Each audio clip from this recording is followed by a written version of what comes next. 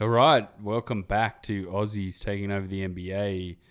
It is Monday night, a couple of days after the ultimate in Salt shafting just by getting completely munted by Spain, and then the worst game I've ever watched against France. It was just yeah. terrible. That's Just so terrible. disappointing, man. And obviously It's just tonight we're going to go through the Czech Republic game first, and then we'll go through Spain, and then the France v2. just FYI, there's going to be a lot of deli salt in this podcast. That's all right. Salt's all right, man. First, we'll just talk about the tournament in general. Like, this is pretty disappointing at the end. Like, I felt like coming out of those four games against USA and Canada, like it felt good. Like, oh, this is positive. Like, we've got some good weapons here. We've Yeah, got this and that. And then over the life of the tournament, you could see that in games we'd go behind, or we'd have a quarter where we just lose the plot and couldn't score. But we had the juice to get through it. Like in third and fourth quarter, we came back and we did like France v1. We did that. Like we came back and we beat them, and we were like, yeah, this is great. And then you could tell by the last few games, like we had just no juice at all. Like we just no couldn't juice. Yeah, turn any and momentum around at all. no one to really go to. This was the other issue. There was no go-to instant offense. There was just Paddy. And mate, if you're playing every two games and playing 35 minutes a game, Mm, you're playing every 2 days, sorry, and playing 35 minutes a game and running so much off the ball, you can't drop shots forever. It's just impossible. mm. Um, we just we just lacked a second creative option that could score at will. I think that was a big part of it. Turnovers cost us so much this tournament. Yeah, a lot of Bad, turnovers. lot of turnovers. A lot of deli salt, a lot of just just. I mean, very. It's a good outcome. Like fourth is still pretty amazing. Oh, for sure. Yeah, for The sure. talent, the talent that was there, and the USA being knocked out in the quarters. I think we could have. We really should have been in the gold medal game. Whether we won that or not, if they had the juice to win or not, doesn't really matter. But I felt as well the reffing in all the games just got It was. worse and worse. Yeah. There was no flow of the game. It was kind of Mm. like, yeah, everyone's just holding everyone. It's just we might as well be playing a game of like Oztag. Like Yeah. everyone's just holding everyone. There's no movement of off-ball players. Everyone's just setting illegal screens on the off-ball players. Mm. Paddy's moving around illegal screens that people are just like bumping into him. People are getting held. Then It happened on both. hang on, we're just gonna call some fouls here, left and right, and Yeah, then you're like, well, what? We're just like holding people for the last 5 minutes. Like what? Yeah. yeah. Down the stretches, unwilling to and calling stupid fouls down the stretches. That foul on Bogut on Gasol was I thought pretty. that was a bad call too. It was called by the guy in the corner as well. Like he didn't really have a good view of it, and I'm thinking, like, talk to your mate and get a nah. We're just gonna call it and then give it, and that's it. A little Well, spider just came down. Oh, sweet. nice. Yeah, there was that game where Paddy kind of got elbowed offensively as well by Rubio, and he hit him in the neck, and he Yeah, flopped. yeah. And one ref called it, and the other ref told him to get up and stop flopping. And he's just Mm. like, what is going on here, man? You guys And aren't even in sync. the guy that was right there looking at it was the Yeah. guy who was like, "Nah, get up," and he's like, "What?" Just some weird. It felt like the whole tour, like across the life of the whole tournament, every team struggled. Like every team, you could tell they were all just running out of juice. Games by the end, like third and fourth quarters, were just like a slog for these teams. I feel like the refs maybe suffered from a bit of attrition as well over the life of the tournament. 2 weeks, games back to back, just games left and right and center, just games galore. It's too much. It is. I don't think they needed that second round, 2 games. I think that was pointless. Yeah, Like you play your group stage, you go to a round of 16 knockout. One less game, I think Australia would have been in a much better position. mm. And so did a lot of teams in the product that it kind of created. And it didn't really create a good ending product, if you know what I mean. Like everyone just looked tired and Yeah, for gassed. sure, man, for sure. And teams with heavy NBA contingents like Serbia and Australia. Terrible. Like they came out of the blocks and it was just like, wow, Serbia's amazing. And then we realized that Jokic is literally just a bag of potatoes. Fantastic player, but the fitness of a bag of potatoes. Yeah, man. And it's all over. So but on the flip side, like I'm gonna zag. I like that. Like 2 weeks, war of attrition. Bring your best 12 and hit it. Where some of those better, like the Argentina, Serbia, Spain, those teams had 11 guys that could be on the court and do things. Yeah, we did not, man. We had, Glidden barely played any minutes. Sobey barely played any minutes. Even in the games that meant nothing, they played no minutes. Nick Kay, look, shout out to Nick Kay. He had a fantastic tournament. Outside of Paddy, he's probably my man of the tournament, to be honest with you, for Australia. For what he brought to the game, defended well, offensive rebounded, scored well, scored 18 points in that Spain game out of nowhere. Super proud of him. Blew a few easy layups. Yeah. Let's not hold it against him, but I'm so proud of him anyway, just as an NBL guy that stepped up, created some offense, finished some plays, even if he did blow a couple down the stretch. But then you look at our team and Baynes, Paddy, and then Kay off the bench, and you're like, that's not enough for an international team to win a tournament. No. Ingles was good at times. Yeah. He ran out of juice hard. Yeah, he did. He ran out of juice hard. His scoring dried up. The facilitating got sloppy. A lot of turnovers. Delhi kind of went 6 from 10. And we were like, oh, man, Delhi's bad. This new shot is sick. And then he went back to this Delhi who is pulling up at 17 feet and just putting up the most atrocious jump shot the world has ever seen. And not really getting the offense going, sagging back off him and then allowing the centers to get double teamed or Baynes to get double teamed because they know he's not going to take the shot. It was just like great backup point guard. If Simmons takes that number 1 spot, you want Delhi on the floor for minutes. But he couldn't run deep. We needed to go to a 10-man rotation because everyone was just fucked. They were knackered. Yeah, man. And I think he was as well. Like, even Delhi was knackers. Don't get me wrong. Don't get me wrong. Delhi defended probably the best of any Australian. If you look at what he did defensively and the pressure he put under all the guards, and as a perimeter defender, we had the lowest percentage of 3-point shot against us out of any of the teams in the World Cup. You can check what the stat exactly was, but I know it was the lowest of any of the teams. It was under 27% or something like that. So shout out to him for that. But when you've got 5 guys, you've only got 1 guy that can create a shot off the dribble. And Ingles really struggled to create a shot off the dribble. Golding went cold. In the games that mattered, kind of went missing. What the air ball against Spain in the quarter, deep into first overtime. Was that Joe Ingles? No, that was Golding. Was it Golding? Yeah, because I know Joe Ingles, I think, had one against France, maybe. Where, to go back to Delhi, he only runs one type of offense, and it's like he backs in and then hands the ball off, and then you don't really see him at all.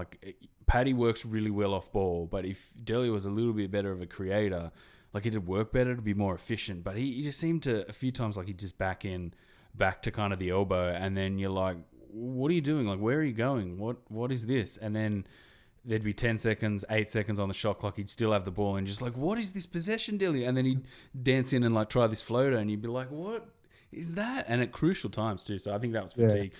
Golding, I was disappointed, man. He's a guy that you just let it fly, bro. You've got license here to just let it fly. What are you why? What are you scared of here? And I felt like he came out, he was a bit tight in a couple of those games. A few of the games where he wasn't that efficient, he was tight. And I'm like, what are you tight for, man? You should be coming off the bench and just being like, give me the ball, I'm going to just do whatever I want with it as an extra creator. But these lineups didn't have that. You couldn't run sort of Dilly Paddy and then Joe Ingles. They just didn't mesh together. By the end of the tournament, they're all tired. They're all trying to do different things. Paddy's just running on fumes, even though he was fantastic. Probably our player of the tournament easily. Yeah, definitely. And then Joe Ingles just kind of ran out of steam at the end, and I felt he was in his own head a little bit. He wouldn't shoot. No, he just wouldn't shoot. I'm like, bro, just let it fly. What's going on? Always trying to put the ball on the floor and get to the hoop, which in FIBA is kind of hard when you've got a 5 just standing in the middle of the lane. Guys can easily rotate onto it, so I don't know exactly. We did have version 2 of the stare down on Gobert. That was a pretty sweet drive by and finish. I think it was a reverse too, under lefty reverse. Got the foul, stared him down. That was pretty good to see. Yeah, they got there. Kind of meant for nothing, didn't it? Exactly. In the end, it kind of just meant absolutely nothing. So we go back to the Czech Republic game. We beat them 82-70. Which is kind of just Thomas Satoransky featuring 6 bums from the Czech Republic. Yeah. Fairly standard game. That was our game to lose. We didn't lose it. We did well. But I think it was also the game to rest players and to go deeper into the rotation, to call on plays when you need it. And that's probably a fault of Lamanis. He just didn't trust his bench. He picked them, but he didn't trust them. But would you, though? Would you? Wouldn't you? Well, you got the Olympics next year. Why would you not pick Deng Adel? Saying, hey, Deng, come and give us 3 minutes off the bench here as a wing who can stand in the corner and shoot. Because no one on that deep bench rotation could do that. You know who we really missed? I was thinking about before we started this? Brokoff, man. An extra scorer in Brokoff would have been absolutely so much more of a help. Instead of a guy like Glidden. Like, no offense to Glidden, Cam Glidden, obviously. I don't think he even played a minute in the entire tournament like Barlow. Or just a few seconds. But it's kind of a waste, man. Yeah, it was a complete waste. I mean, Brokoff's obviously away for the birth of his child, but we missed a couple of deeper rotational plays that could take minutes away and give guys rest. And it was too short a rotation, too many games. Probably the same as the US. These guys are off season as well, probably not at their peak fitness. Definitely Joe Ingles was not. I feel Aron Baynes was probably one of the standouts as well for the Australia team. Yeah. Defended well, played well, shot well. Bogut's always pretty strong. Didn't play as many minutes, though. Baynes was kind of the go-to 5. Jock Landau was good at times. Young player, definitely one for the future, which is great to see. Strong power forward for the future that can shoot the 3 ball. But we'll go back to that Czech Republic game, and it really was, I just want to reiterate, 6 bums from the Czech Republic featuring Thomas Satoransky. And we didn't use that opportunity to rest these players enough. Obviously, it's a knockout game, but it was kind of we needed to go deep bench for a few minutes just to give these guys a rest. It's too much. Yeah, for sure. On short rotations. And we see it by the end of the NBA finals, man, these guys are munted. Yeah, man. You could tell, like, by the end of that season, watching guys like Gasol, Curry, and stuff like that, they were just like, you could tell it's like, this is not top tier basketball. This is not peak. At the same time, like, I still maintain, like, I like this 2-week punch tournament, like, bang, like, you got to bring 12 guys, play all your 12 guys, bring your best 12, and then play a game every 2 days, and whoever wins. Maybe one game too many. Maybe there's, like, a rest day in between that somewhere to be thrown in instead of that double group stage thing that they were trying on. Yeah, I don't like the double group stage. I think it should have just gone to round of 16 elimination. Round of 16, then round of 8, quarterfinals, and one less game. And I also, to give a better product for the semi-finals, potentially another day rest in between the semi and in between the final. So maybe it was 2 weeks and 2 days or something like that to give a better product, because it was just tired. They looked tired. It was a tired game, double overtime, and maybe a bit of salt because we lost, but just some Gasol really uninspiring 3-point shooting. With the pick and roll and pop back to Gasol, and really no one coming out to defend him, even though he can shoot the 3 ball. But I mean, he was pretty garbage most of the tournament, and then came good the last 2 games. Yeah, maybe he was kind of phoning it in, playing a little bit of rope-a-dope. But so we'll move on to the Spain game now. Obviously, I'm just looking at the box score here. It sucked because I got home I was probably end of the 3rd, early 4th when I started watching the game. And you sent me that text, and I like turned my phone over, like, oh, don't look at that. I don't want to know what's happening. And then I got spoiled by someone else just sends me this thing, right? But like, I was probably just after halftime, and then it sends me this thing, and it was, I guess we're gonna lose then. I'm like, no, I didn't read that. I was just trying to mentally block the whole thing out. So then by then I was like flicking through the game, like every stoppage, I flick through it. Yeah, thinking, trying to shit, catch up. We're gonna lose. No.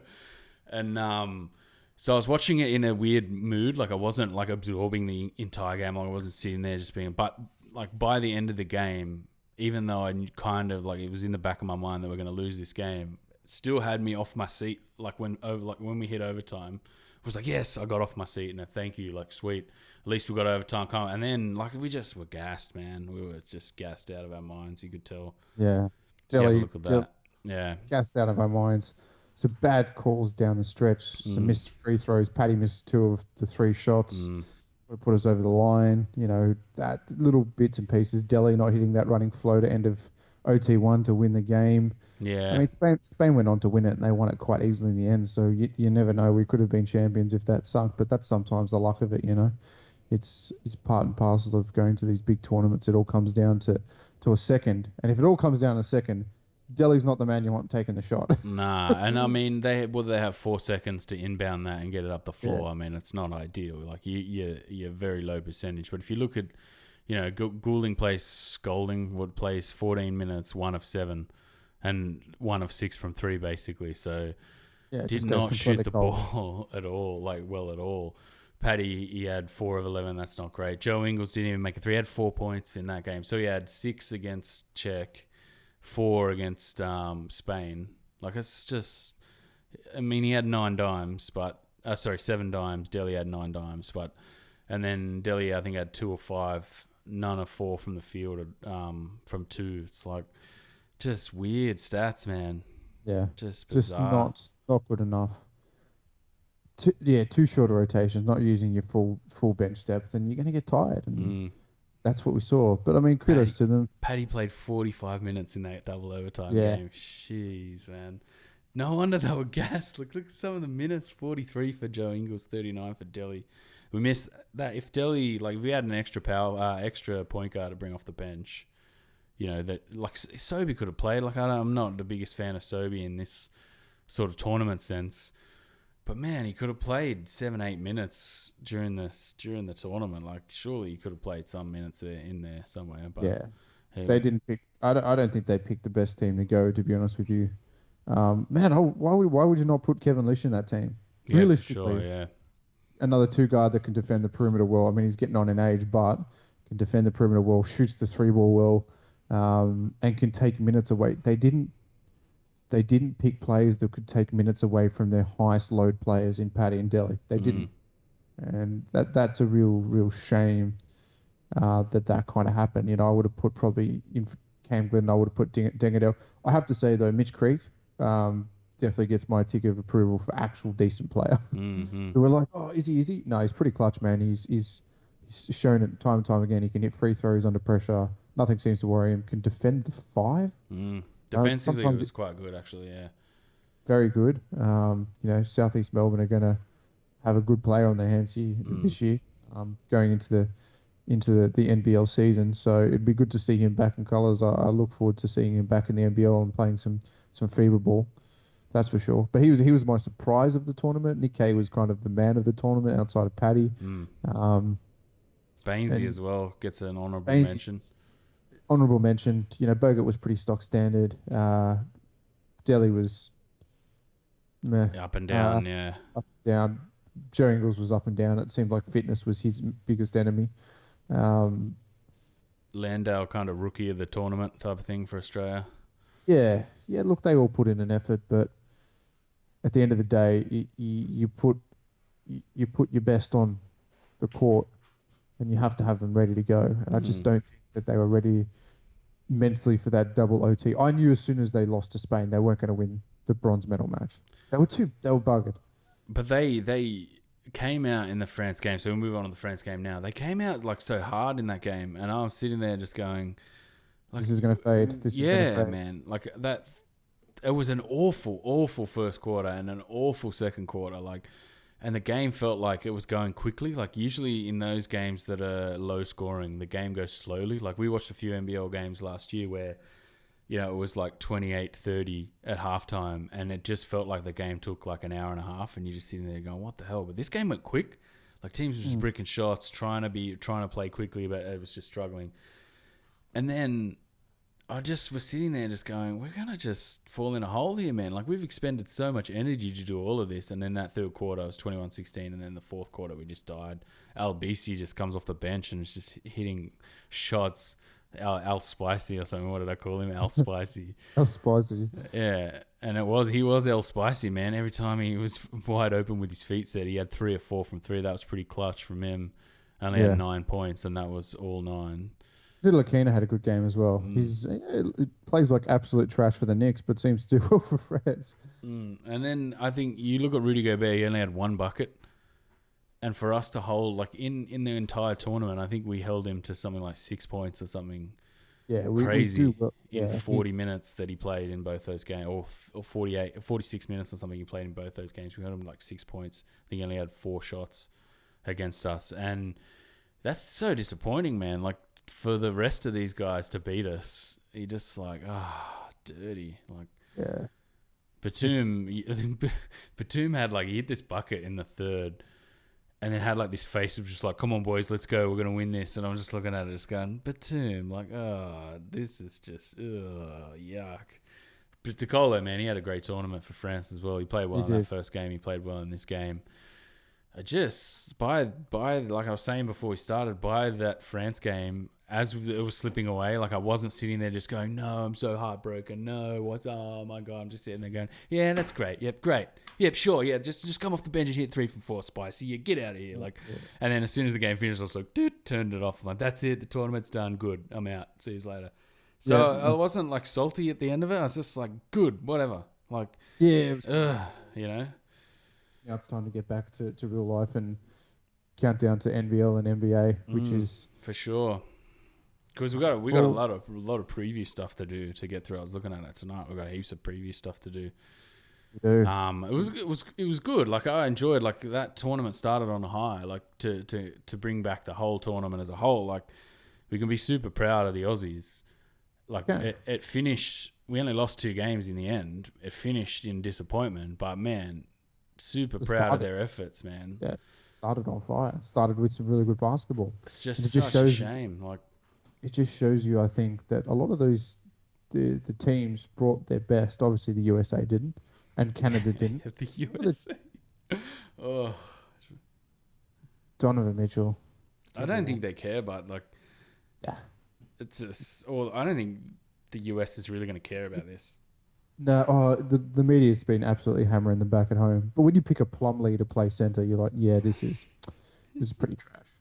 But you got to think about trash team though. Yeah, such a trash team. Such a trash team. But what were you going to say? I was just going to say it was just a trash team. Yeah. But again, man, I'm telling you, like, if you opt not to play, like, imagine if Harden just played in that. He just cleaned that tournament up. Just one guy just being like, get out of my way. I'm just going to win games on my own. Sweet. And we watched Donovan Mitchell all season, and we were both sitting here just going, yeah, this guy's not the closer everyone thinks he's going to be. Like, you know, he has some wrinkles to his game where you're just like, none of that, Donovan. Like, don't take the game by the scruff of the neck. Get guys involved. Do some things like that. I was watching the USA-France game, the tail end of it, and just thinking, why are you trying to drive into Rudy Gobert for a reverse layup? He's just going to swat that. Oh, yeah, Rudy Gobert swats it. Kemba Walker, drive in and lay. Oh, yeah, Rudy Gobert. That's not how you play, man.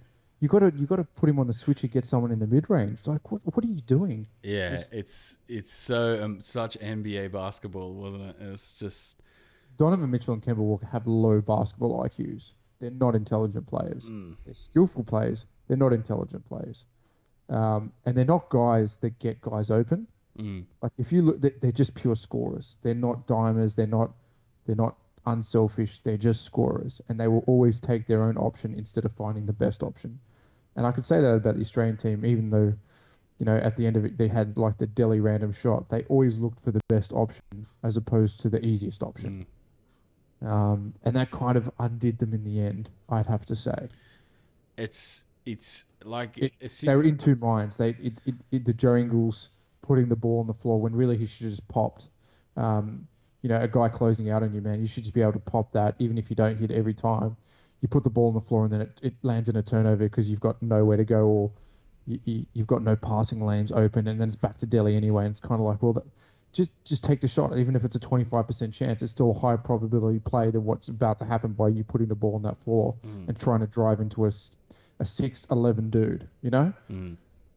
But I still think like our offense was still based on, you know, the 10 guys all happy for each other. Yeah, you take a bite. Like, it was all glue guys. You know what I mean? Like, yeah, take one, Paddy. Yeah, Delhi, take one, mate. It's all good. Good shot, man. It's all good. No, don't worry about it. Like, there wasn't any like, no, give me that. I should be taking that shot. No, I should be taking that shot. No, give me the ball. I don't want the ball. Like, everyone seemed really, and it felt like all the way through the tournament, the teams that were happier, like, had a structure. that were happier to sort of pass the ball around, give guys here and there. Like even France were a little bit like that. They're happy to just give the ball here and there. Batum wasn't just being like, give me the ball. Canada, like you could tell in the US, in the exhibition games and then the game we played them, they were very like, I'm going to take this. I'm going to score. And Corey Joseph was just like, no, give me the ball. I'm just going to do everything. Give me the ball. Give me the ball. I'm going to do everything. And then you saw the USA where it was the same. Like Donovan Mitchell and Kemba, like, nah, give me the ball. I'm going to score here. Like, and just results in like, doesn't. Why did we not just see Brook Lopez let it fly one game? We didn't. How many minutes did he play? But 4 minutes in this game, in the France game. Why would you not play Brook Lopez for more than 4 minutes? Like, it's the perfect guy to put on bloody Gobert because he can stretch him. Maybe Pop is losing his way. I don't know. Nah, anyway, I don't want to... They just don't know FIBA, man. Yeah. They don't know FIBA, man. They just try to play USA basketball. And fair play. Like, if that's your identity, then you do that. You know? It is, but you don't have the guys like LeBron James, Wade, Anthony. Anthony's still a brilliant player, one of the best ISO scorers.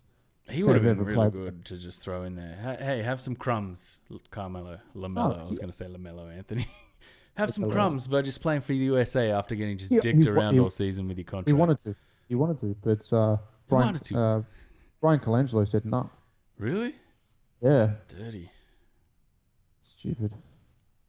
Yeah. Anyway, so it's such a just like I'm proud of you guys. Soup with a dirty, filthy soup skin of disappointment on the top, and you're like, I have to eat this. Like a cold tomato soup film.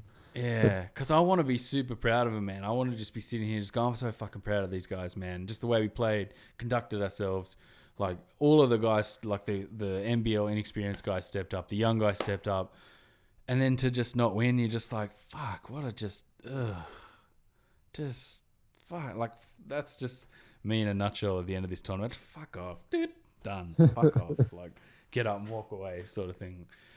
Which it deserved more than that, man. Like, I had fun watching this, and I had fun supporting them. I had, I don't think they got that much support as well. Like, kind of looking around the traps and around Facebook, around some of the articles and stuff. Like, no one really gave a shit. I know, and it's something that we should have given a shit because this is the rise of Australian basketball in the world. And we go through to the Olympics, which people will give a shit about. And we have 5 players of world class coming back and coming through the ranks. It could be a very different team next year if Ben Simmons plays, because then you just stack the floor with shooters and it's pretty much game over. I just want to see him play for Australia. I just want to see what it looks like. I want to see Rowdy Ryan Broekhoff as well play. That's it, mate. You essentially got Mills, Broekhoff, Ingles, and Baynes, and Simmons just like driving in and kicking. You're like, well, this will be tasty. Yeah, so that's it. That's our Boomers coverage. That's it. It's a wrap. It's like, well done. Give a little fist bump for the tournament. Little fist bump. Ben, well done, sir. It's good. That just looks like you're fisting someone, but yeah. No, that's fisting someone. Get in there. There's Australia, basically. That's the tournament in a nutshell for Australia. Getting that fisted. Is. So what do we got coming up? Because we got got a whole bunch of stuff. Obviously, the NBA drops on the 26th of October, so we've got a few 6 weeks left before that. But we've got a whole bunch of content that we're going to be going through. We're going to be doing all the Aussie team previews. We'll be doing a general NBA preview. We might be going through some unders and overs again. Yeah, we'll do one of those. Yeah, for sure. There's going to be a top 20 play of last season, Aussie play of last season video coming out. And obviously, we're going to have our bi-weekly podcast. So looking at probably midweek and at the end of the week, as well as our Aussie video top 10 plays of the week. So a lot of content coming your way on Aussies. We've had an increase in listeners and downloads. So it's been great, you guys. Thank you very much. Continue to listen, continue to download, continue to watch, whatever you feel is best for you and how you like to consume your media. But we do this for free. So thank you for your support, and you can like, share, and subscribe. Find us on Facebook, YouTube, iTunes, SoundCloud, whatever you want to do. It's all down the bottom. If you want to engage with us, we stream live on Facebook. We will be doing that during the season. So come and say hello, ask us questions. We're more than happy to talk to anyone that wants to talk basketball. Yep. So I've got a list of here who we've got this season. We've got Philly, Simmons, Bolden. We've got Phoenix Suns, Aron Baynes, Spurs, Mills. The Nets on the E10, Deng Adele. I don't know how these E10s work. You're gonna have to look into how they work because I don't know if they're fully guaranteed. They're to fully start the guaranteed season. G-League deals. G League, okay, Yeah, it's G-League, yeah. So he's going to be playing for Long Island. It looks like Deng Adele. Yeah. Dallas, Ryan Broekhoff opted back in, so he's back in. Isaac Humphries on an E10 with Orlando, so he'll be playing G League. Willie McDowell White playing for Houston on a two-way. Yeah, I don't know if he's ever going to see any time. Maybe a G-League deal. Don't know. See what that eventuates into. Have a look at their cap, though. Like, I'm just going to quickly look at it now. They got to be like in an insane cap, like with Russell Westbrook coming in and having Harden there on the max. They've got to be on a crazy like. Hang on, I'm just looking it up. So maybe he might get minutes, man, if he's on a two-way. If he's on an actual two-way, where are you, Houston? They'd be on massive luxury tax. Massive luxury tax. I think here we go, luxury tax. Yes, they're $8 million into the luxury tax. Cap holds Shumpert. Is he still there? Shumpert? Doesn't look like it, but he's still on their cap. Kenneth Farid's still on their cap, but that's only $1 million. So yeah, McDowell White summer contract, Exhibit 10 minimum. I could have sworn that was a two-way. It's not. It's an Exhibit 10. He's going to be G League.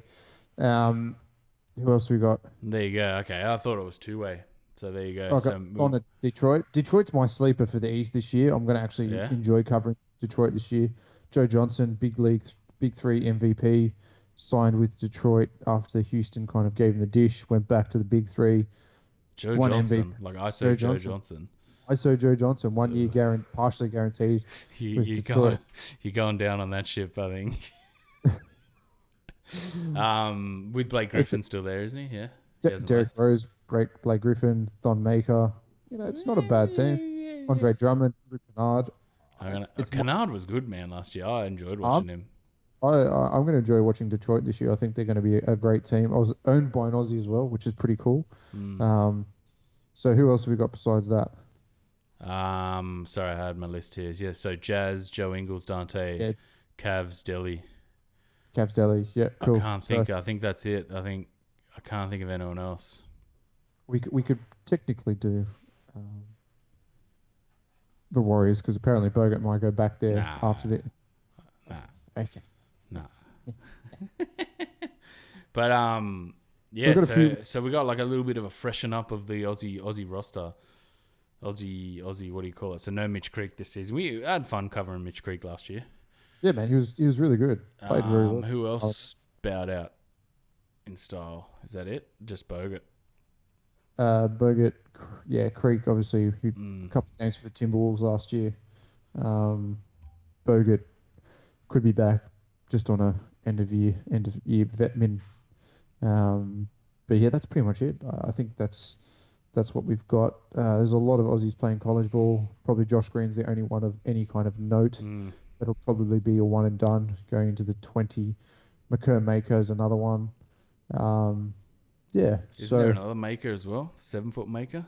Yeah, that's McCurr. Matur is Matur. There's Matur. I think Matur is probably like the better prospect. McCurr Maker's the better prospect. Matur Maker's Thon's cousin. He plays Euroball. Plays for like some. So many Makers. Because I remember, wasn't I watching? Yeah, I was watching McCurr Maker, I think, last year. Yeah. In the Euro League. That's how I saw that crazy like band in the arena. Watching him play for Technicolor Euroball or something they were called. Some shit like that. Technicolor Euroball. Something like that.